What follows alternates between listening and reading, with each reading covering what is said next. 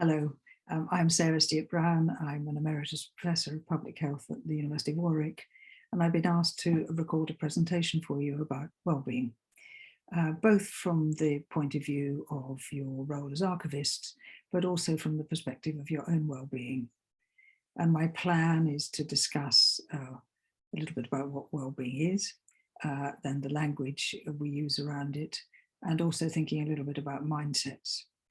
We'll talk a little bit about why it's important. That might be self-evident to you, but there is some research which it would be useful to share, and also to think about how you can support your own and others' well-being. So my definition of well-being is feeling good and functioning well. You'll come across other definitions in the literature, but this is one I have found works best. The two are related. When you're feeling good, it's much easier to function well and indeed to develop your functioning, to grow and learn. And when you're functioning well, it's much easier to weather life's slings and arrows without getting knocked for six. Language matters around well-being, and sometimes it can be confusing. So this is the terminology I use. I think of health as a spectrum with illness, disease, ill-being at one end of the spectrum, and well-being, wellness, and flourishing at the other end of the spectrum. The World Health Organization, when it was set up in 1946, had a landmark definition of health in its constitution, and it defined health as the positive concept and used the word well-being. But that's proved a bit confusing in writing about well-being, because most people, when they use the word health, particularly in the context of something like the National Health Service, think of health as disease. So this is why I've come to use this terminology. There's also importance of language and the way we think about mental health more generally in terms of how we think about mental illness. And many people think of mental illness as something you either have or you don't have. And if you have it, you live in this darker box here, the darker circle. And if you don't have it, you're fine and you live in the brighter area. But this definition is very unhelpful, because the boundary between mental illness and mental health is very porous. People come in and out of this state, and they don't stay in it for their lifetimes. Probably as many as half of us will experience mental illness during our lives, but we don't spend our lives there.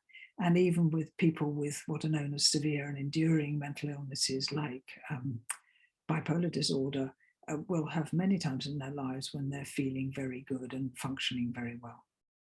So it's not helpful to think of it as something you either have or don't have.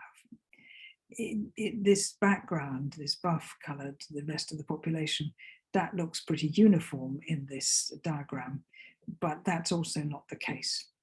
The mental health of people in this group varies from just coping, just getting by, just staying short of a diagnosis of mental illness, into feeling very good and functioning very well, or experiencing well-being. So mental health fluctuates. For some of us, our life circumstances mean that we're more susceptible to life slings and arrows, and for other people that they have more resilience, but that's all a matter of degree. So another distinction between well-being that's important is that it's holistic. It involves both mental, physical, social, and for some people, spiritual dimensions, and it's very clear that they all interact with each other. When you're reading about well-being, however, you'll see that it tends to be the mental components that are emphasized, and that people research and think about more. That's a contrast to disease, where often it's the physical aspects of disease that people come to the fore when people are talking about illness. And just a word about the spiritual component. Many of us who are working on our own well-being for any length of time come to recognize these spiritual dimensions as important. But that doesn't necessarily mean they're following a particular religion. And it is perfectly possible to work on well-being without including the spiritual dimensions and to make a lot of progress. So this table just sums up some important differences between disease and, sorry, I'm moving the slides along without meaning to, important differences between disease and well-being.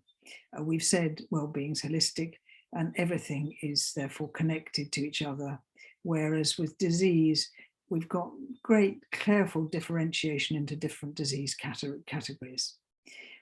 With well-being, it's essentially subjective.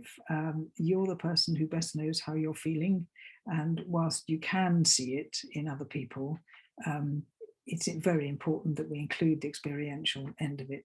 But disease is usually objectively defined by measurable indices of one sort or another.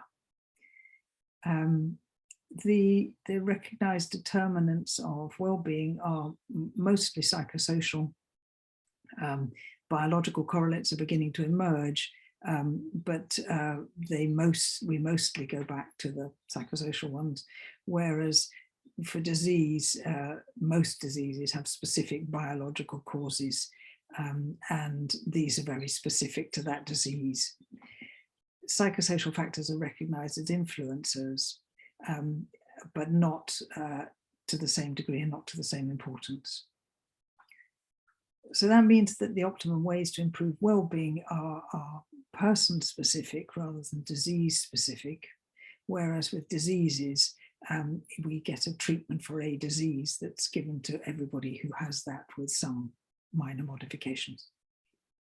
And in terms of the broader thinking, with complexity, because everything's connected and everything's interrelated and it's very experiential, complexity or systems theory is a much better way of thinking about it in scientific terms. And for disease, we've got this reductionist mechanistic model still operating, where the idea is to drill down into that disease and find the primary molecular dysfunction that's going on. So just to sum up this bit, well-being is about feeling good and functioning well. It's the positive end of oh dear, I'm flipping this slide, but I'm not meaning to. It's the positive end of a multifaceted continuum with mental illness, both physical and mental at the other end, with illness, both physical and mental at the other end. It's much more than the absence of disease. It's holistic and it's subjective or experiential. But that doesn't mean to say that you can't spot it in other people. You can tell just by the way people are, how well they're feeling often. Just a quick word about measuring well-being, because we've established that it's experiential and that's a qualitative thing. The idea of quantitative making a number out of well-being may sit quite uncomfortably with it. But on the other hand, measuring something is really important in terms of underpinning research, and it can also be a part of making something real. The particular measure you use indeed helps support research and helps develop understanding of new concepts like well-being. But one thing about well-being that really matters is changing the focus of measurement. So many measures in the health field and indeed in the social science focus on the negative, but we've defined well-being as a positive concept. And so if your measure is all about the positive end, you get something different going on. And we'll see if when later on we'll come briefly to mention the positive psychologists, that they have, their research shows that what you pay attention to is what you get more of. So if all your interest in health is related to the amount of disease and illness there is, you don't help the population move in the direction of well-being. And if you're focusing more on measuring the positive, then you get some different outcome. So part of my contribution to the wellbeing discourse and the wellbeing research was to develop this Warwick Edinburgh mental wellbeing scale, and there's two versions, the long one and the short one, and the items for the short one are in the paler blue. And this has proved amazingly popular, and indeed has been quite a change agent, because it's released people from using measures of poor mental health or illness into using something positive. And many of the charities and the NGOs that were supporting this sector have suddenly been able to evaluate what they do. The different disciplines like different measures, and some of the social scientists and economists like measures like how happy have you been in the last few days, or are you satisfied with your life? And these are the measures they use in their research. They're very brief, and they're in a lot of social surveys, so they have a lot of advantages. And often the psychologists will like longer, more complex measures where they can look at the different dimensions of well-being. So that's measurement, quantitative science. Let's look at the qualitative aspects and think about what well-being feels like. Ever since I started teaching about well-being at Warwick, I've asked all the students who come on my courses to define what well-being means to them. And to begin with, they would mostly talk about not being ill, not feeling anxious, not being in pain, not feeling depressed. They come up in short with all the things it wasn't, to the negative end of the health spectrum. And that's changed over the last 15 years. And now we're getting lists coming out like this coming out. So people talk about feeling confident and capable with a sense of optimism about the future, having influence over what their lives, being able to relax, being able to do what they want within certain limits, and the way in which well-being influences their capacity to relate to other people. So the relational angle of well-being always comes in. And then usually they will put in the physically fit and feeling energetic, and their body's feeling well, feeling good as part of that. And that's self-evidently a good thing. You know, feeling like that is an enjoyable phenomenon. But when you're talking to policymakers and you're particularly trying to get them to invest in helping people develop their own well-being, you sometimes have to come up with some more research. And this is a systematic review, a meta-analysis of published studies from quite a while ago, which has been well used in that context. But it's trying to put together all the studies which looked at the way people's mental well-being defined in various different ways, but how that played out during the course of subsequent life. And overall, these studies have shown a quite significant effect on longevity, on how early in their lives people die. And there are other systematic reviews which look at the onset of cancer, heart disease, and even illnesses like viral illnesses or chronic disease, showing that people with more well-being are protected from these. And what this hazard ratio means here is that there's a something like a 20% reduction. So if you have well-being, high levels of well-being, you're 20% less likely to get ill from disease and to die of it. So that's the health field, but it's also very important in the educational field and in terms of productivity. So there's plenty of evidence that staff who are experiencing well-being are much more productive and creative at work, and that they can manage the relational angles of the workplace well. There is also good evidence about well-being and educational attainment and employability. So there's many reasons why governments might want to support well-being, other than the fact that it's self-evidently something many of us would like. And then that brings us, in terms of governments, to what influences well-being, what they might like to do about it. And when you ask students about what influences their well-being, and indeed when you do any survey about the determinants of well-being, relationships come top of the list. So we've already had those as a manifestation of good well-being, but here they are also as a determinant. And when relationships are going poorly, when people's marriages are splitting up, or they've lost their jobs because they're not getting on in the workplace, these are all things that can impact people's well-being very significantly. On the other hand, being in a circumstance where you're feeling liked, respected, valued, supported, where you feel you belong, are all things that really help us feel well. Things like achievement, success, they're also important. Doing things that are creative or engaging or developmental often help people feel very good. And then we've got the things like exercise and physical activity, which many of us have already clocked make a lot of difference to how we feel emotionally as well as physically. And then they'll often come up with, students, when you ask them this, they'll come up with the negatives as well. And they'll usually mention alcohol, cigarettes and drugs. And they're interesting, these lifestyle choices, as they're euphemistically called, because a glass of wine or a pint of beer can often make a lot of difference to how you're feeling. They have short-term benefits, and that's why people use them. The same is true for drugs and cigarettes, but they often aren't a very good way to well-being because of their longer-term consequences are really damaging for health.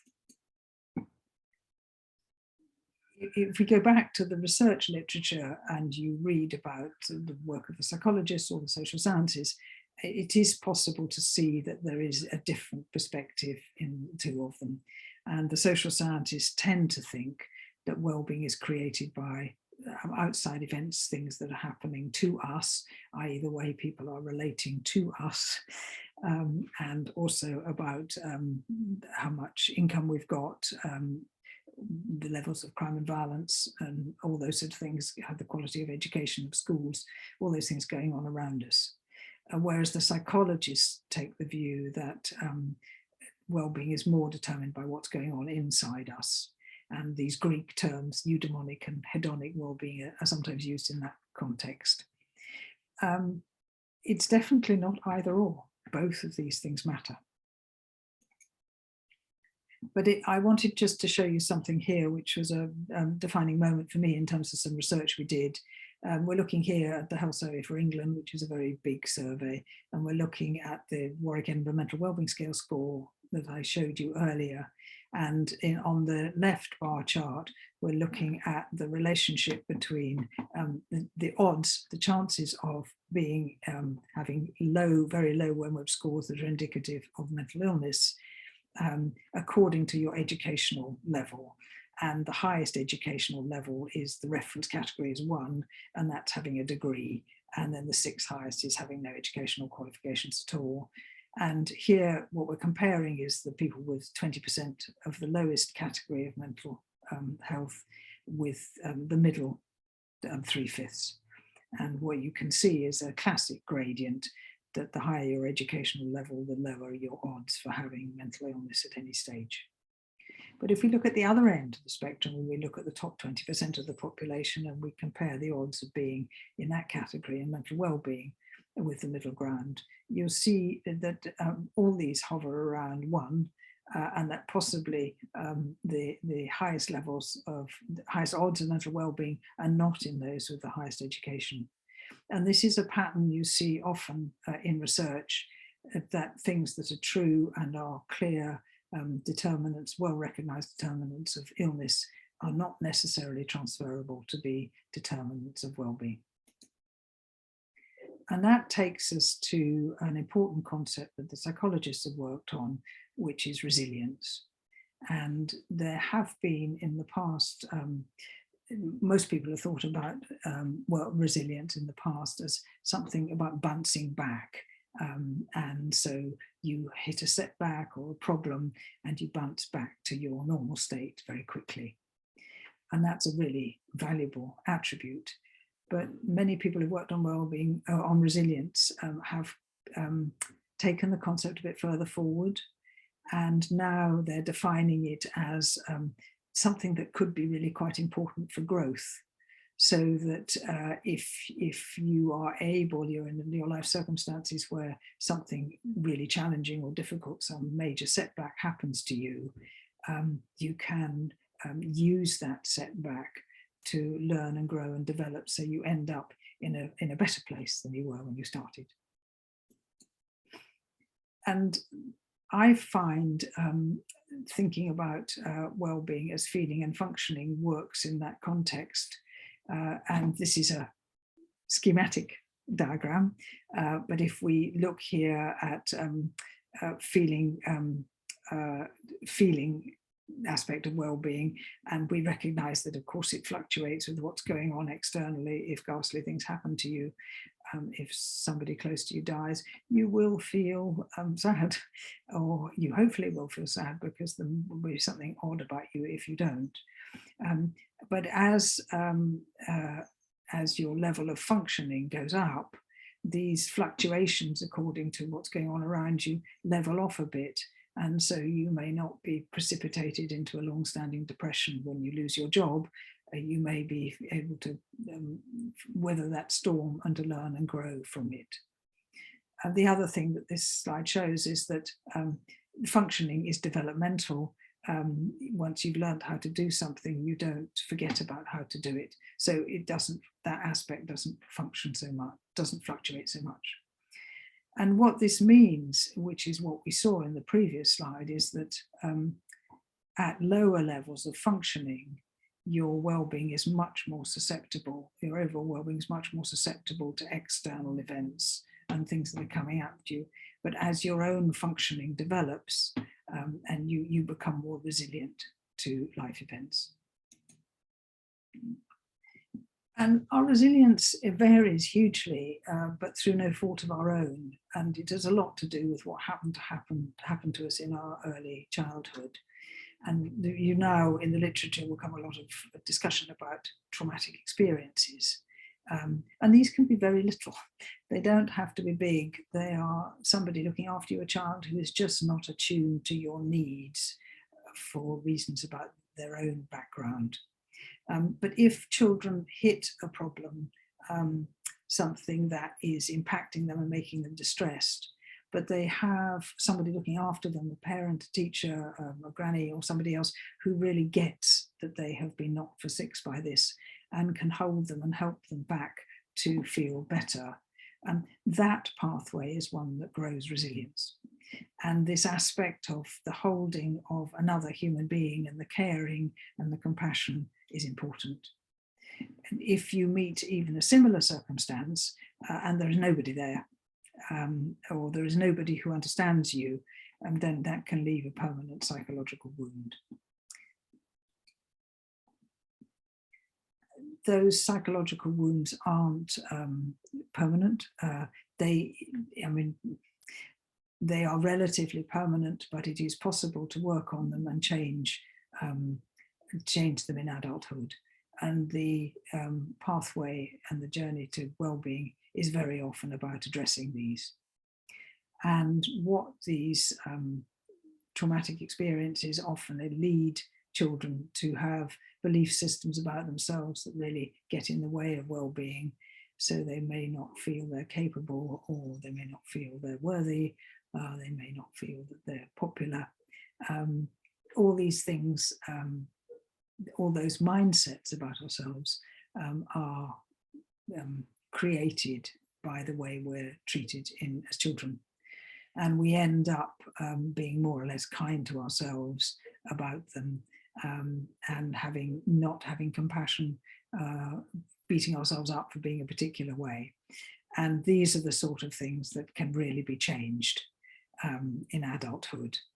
And alongside that is a really important developmental skill, which is the capacity to self-soothe. That's learned from other people in childhood, but in adulthood we're often learning it in groups, from people teaching us mindfulness, or on mindful movement groups. There are a number of ways to develop this capacity so that when we get knocked for six, we can bring ourselves back and learn and grow from experience. Health-related lifestyles are the way that people can often address these traumatic experiences and not feeling well in a negative way, but we can turn all those around and make them positive. We can influence our ways of behaving to others so that we're easier to be around. But often in this process, what people need is the non-judgmental support and encouragement, what I call relational support from another person. And that might be psychotherapy or counseling, or it might be coaching. It might be an excellent boss or a very good friend. So what the social scientists are interested in is these social, fiscal and legislative environments. And certainly you can change that aspect of the world so life is easier for people and it's easier for them to develop these aspects of well-being. But you can't do it without personally engaging in the process. Well-being is not something somebody else can give you. And because what we're doing is changing neural pathways, it is something you have to practice. So it's something you have to have a certain amount of patience and to be looking out, to be helping yourself change your level of well-being. And I've got here a great long list of interventions which can help. These are all interventions where there's some what's called evidence-based, some research supporting them. And they start, of course, with the healthy diet, physical activity, those simple, well-known things. But then we're looking at meditation with mindful movement, relaxation exercises, things like apps which help you regulate your heart rate, even breathing, smiling and laughter, all these things. Sleep can be very important. It's both an indicator of lack of well-being, but also a determinant. And the natural environment, being more in green spaces or by water, helps. Positive social contact and touch. But then we get onto these, the research of the positive psychologists and Marty Seligman, who was very clear that doing what makes you feel good is a good pathway to well-being, and you just need to make more time in your life to do more of it. And they've also developed exercises, acts of gratitude to enhance gratitude and to be kinder to people, which work. So any of those things are worth exploring, but it may be that you find joining your community choir is something that really changes the way you feel, or playing in a band, or doing pottery or artistic endeavour. And certainly volunteering is a time-honoured way for people to feel better about themselves. So Rachel asked me to provide some resources for you. In many ways, I was reluctant to do this because I can't prescribe to you what's going to work for you. It's something that part of the journey to well-being is exploring what is possible, having a go, deciding whether this is right for you or not, and then trying something else if it doesn't, and sticking with it when it does. But I have put a few things here about diet and exercise. I've put some links to mindfulness and meditation classes. This Insight Timer has a huge number of meditations that you can download for free and choose what you like. There's some free online yoga classes with a coach that I know does very well, but you can also find classes near you with the Yoga Hub. And the same is true for Qigong.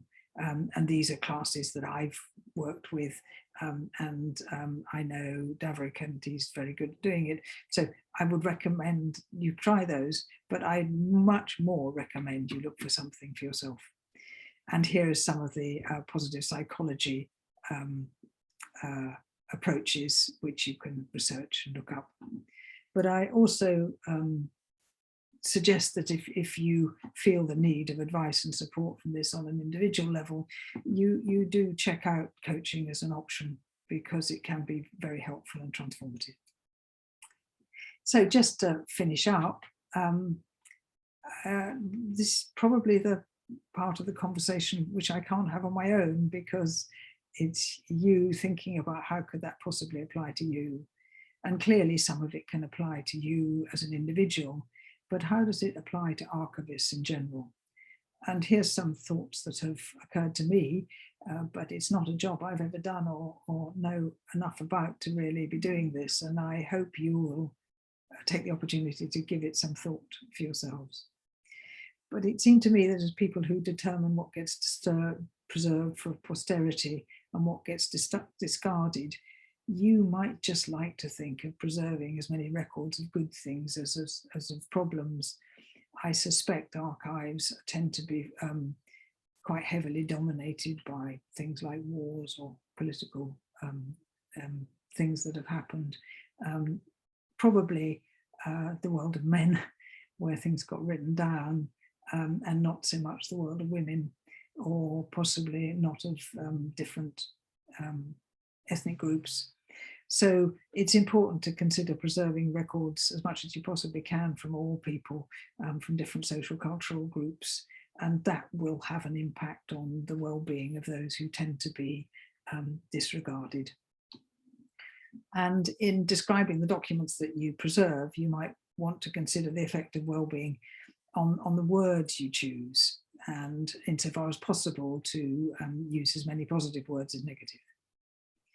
And then, of course, when you help somebody doing some research into their own family background or into different things, different parts of history, you are inevitably empowering them, because knowledge is powerful and helpful.